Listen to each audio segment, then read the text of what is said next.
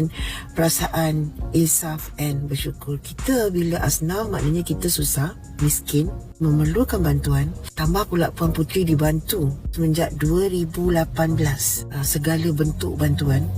Jadinya bagaimanakah hilang perasaan rendah diri dan perasaan malu. Patut perlu ada rasa malu. Asyik menjadi penerima dan meminta-minta. Kalau tak ada perasaan malu itu, kita akan berterus mengharap bantuan dan merasakan bantuan itu daripada apa-apa pihak lah, seolah-olah hak mesti diberi. Jadi maknanya bila kita nak berubah. Sebab itu saya kata tadi, maaf tu tak penting. Netizen yang membuat video ataupun yang memberi komen marah itu adalah kerana video-video you yang sebelum ini amat sombong. You minta hak. Wah, sudah order. Banyak orang buat ungkapan, oh macam Shopee ya. Kemudian orang kata sewajarnya bantuan itu patutnya selit je